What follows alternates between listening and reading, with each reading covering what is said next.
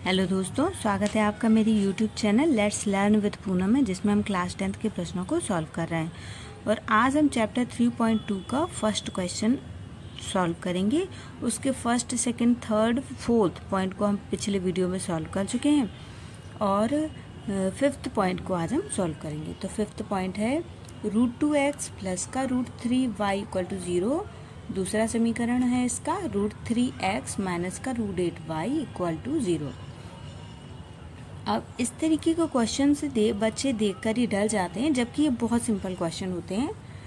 इनमें हमें क्या करना है, वही विधि अपनानी है प्रतिस्थापन विधि में। जैसा कि हम करते हैं, पहले समीकरण से किसी भी चर का मान निकालते हैं और उस मान को दूसरे समीकरण में रख के आगे दूसरे चर का मान निकाल लेते हैं। तो पहले समीकरण में हम x का मान निकालेंगे। पहला समीकरण है √2x प्लस का √3y इक्वल टू 0। तो √2 के साथ जो प्लस का 3y है उसे हम बराबर के राइट हैंड साइड में ले जाएंगे, तो वो हो जाएगा माइनस का √3y। अब x बराबर हमें क्या चाहिए, क्या मिलेगा हमें, माइनस का √3y अपॉन √2। ये हमें मिला समीकरण नंबर 3। अब इसमें हमें x का मान मिल गया है जो हमने पहले समीकरण से निकाला है। अब इस x के मान को हम समीकरण नंबर 2 में रखेंगे।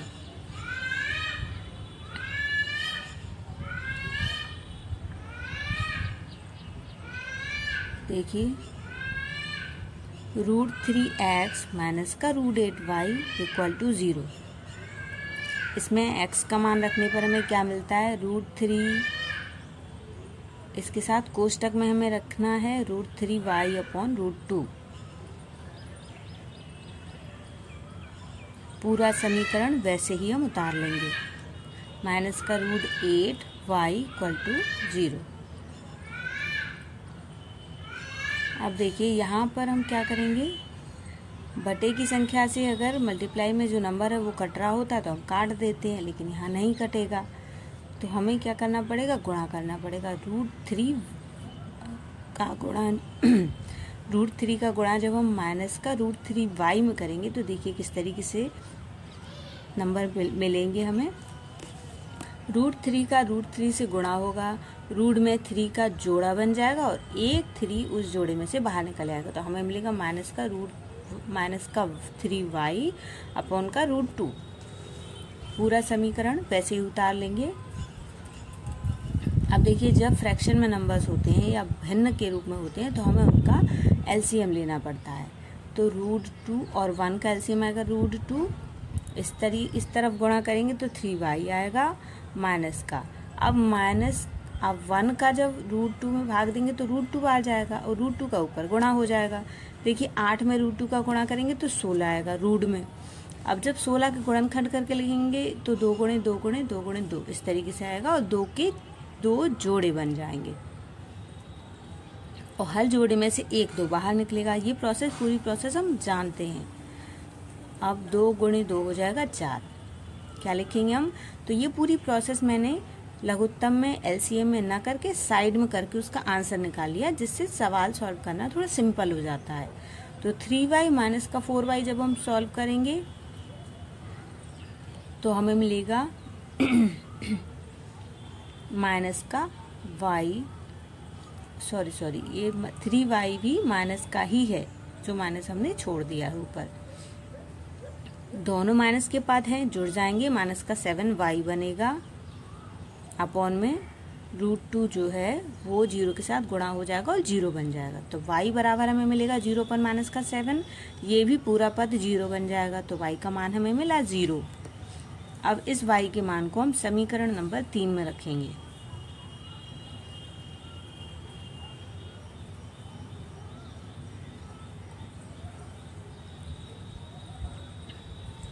अब देखिए, y का मान 0 है, तो जब हम रखेंगे तो 0 इधर √3 अपॉन 2 मल्टीप्लाई y है, तो पूरा पद मल्टीप्लाई में जब 0 आता है तो पूरा पद 0 बन जाता है। माइनस का √3y अपॉन √2, y की जगह पे 0 मल्टीप्लाई में पूरा पद 0 हो जाएगा, x का मान भी 0 हो जाएगा। इस तरीके से हमें x और y के दोनों के मान 0 प्राप्त हुए। ये हमारा 5th क्वेश्चन हमने सॉल्व कर लिया है। इसमें केवल रूट का ध्यान रखना है और क्वेश्चन में कुछ भी नहीं है। अब हम सॉल्व करेंगे अगला क्वेश्चन। ये 5th पॉइंट था, अब हम 6th नंबर का पॉइंट सॉल्व करेंगे।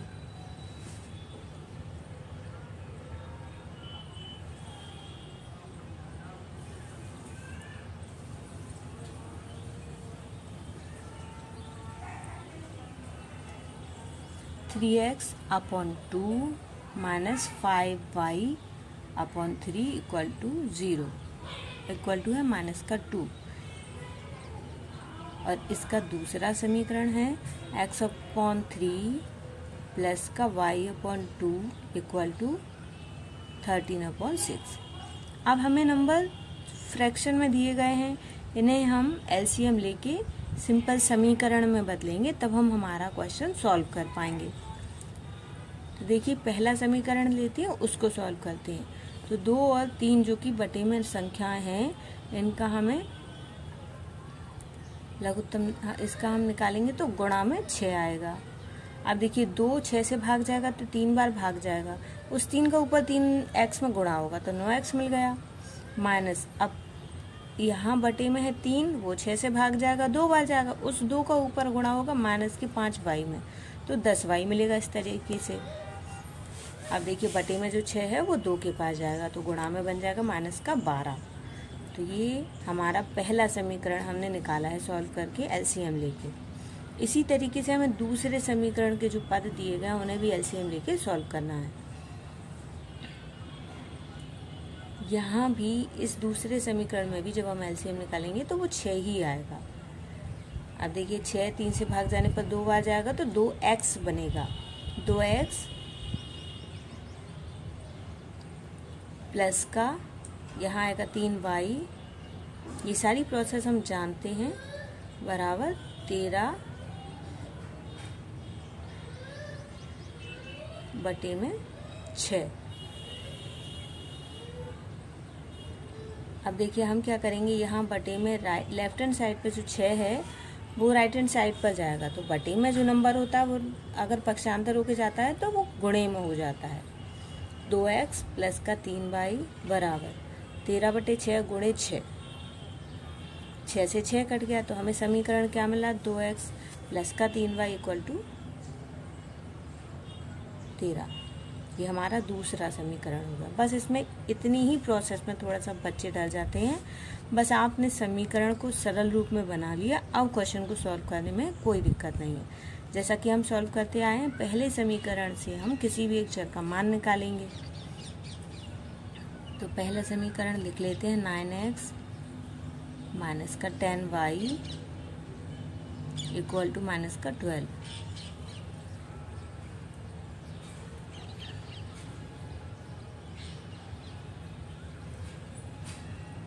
अब देखिए इसको हम सॉल्व करेंगे तो 9x इक्वल टू, अब 10y माइनस का है, पक्षांतर होके जाएगा तो प्लस का बन जाएगा, तो 9x equal to minus 12 plus का 10y। अब x का मान हमें क्या मिलेगा, x बराबर ये जो पूरा पद है इसके बटे में 9 आ जाएगा, क्योंकि 9 गुणे में है x के साथ। जब left hand side right hand side पर जाएगा पक्षांतर होके तो भाग में आ जाएगा। इस तरीके से हमें जी x का मान प्राप्त हुआ है। पहले समीकरण से चर का मान ज्ञात करते हैं, उसे दूसरे समीकरण में रखते हैं, बस इतना याद रखना है। अब हम तीसरे समीकरण का मान दूसरे समीकरण में रखेंगे।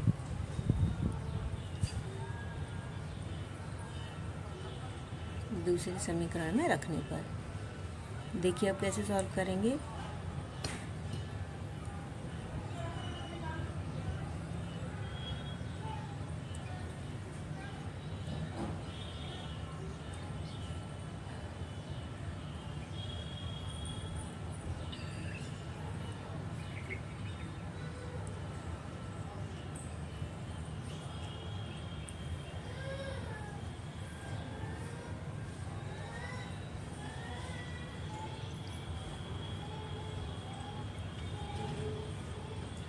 समीकरण है हमारा 2x प्लस का 3y बराबर 12, 13 है।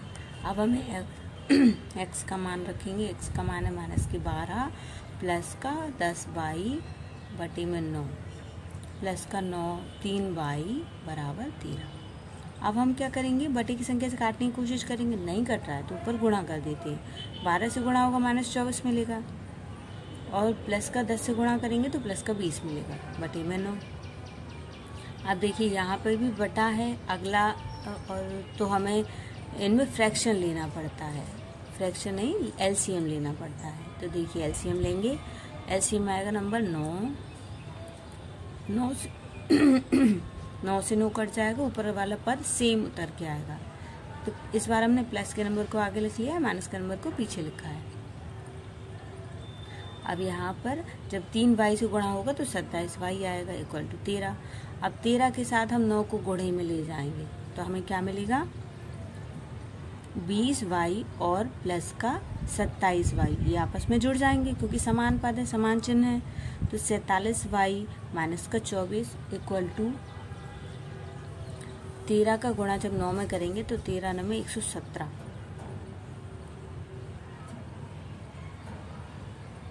देखिए 47y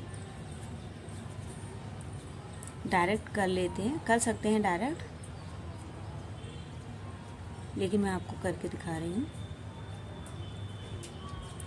47y बराबर क्या मिलेगा हमें, 13 का गुणा 9 से करेंगे तो 117 और माइनस का 24 जब पक्षांतर होके जाएगा तो प्लस का 24 बन जाएगा। तो हमें 47y, इसके साथ y अकेला रहेगा, 47 पक्षांतर होकर चला जाएगा। देखिए कैसे, जब हम 117 में 24 जोड़ेंगे तो हमें मिलेगा 141 और बटे में 47 है क्योंकि y के साथ गुणे में था, जब पक्षांतर होकर आएगा तो बटे में आ जाएगा। तो 47 का हमें भाग देना, 141 में भाग देना है 47 का। तो हम गुणा करके देखते हैं कितनी बार भाग जाएगा, 3 बार करके देखेंगे। 3 7 21 का 1 हाथ से लगी 2, 3 चौके 12 13 14, 141 ही आ रहा है। तो हम 47 से जब हम 141 को काटेंगे तो 3 बार कटेगा। y का मान मिला हमें 3। अब देखिए हमने y का मान ज्ञात कर लिया है। अब हमें क्या करना है, y का मान को x का जो मान हमने निकाला था उसमें रख देना है, तो हमें x का मान भी अंकों में प्राप्त हो जाएगा। देखिए क्या करेंगे, अब हम y का मान समीकरण नंबर 3 में रखेंगे। सिंपल प्रोसेस अगर आप याद रखेंगे स्टेप बाय स्टेप क्वेश्चन को तो सॉल्व करना में कोई परेशानी नहीं आती है।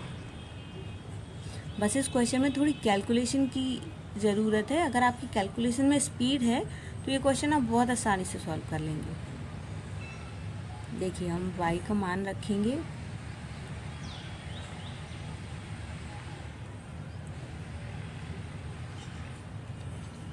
-12 प्लस का 10y बटे 9, इसमें y की जगह में रखना है 3, तो -12 प्लस का 10 का गुणा 3 में करेंगे तो 30 हो जाएगा, 30 बटे 9। अब देखिए सॉल्व करेंगे, माइनस का 12 को जो हम घटाएंगे 30 में से तो हमें मिलेगा 18 बटे 9।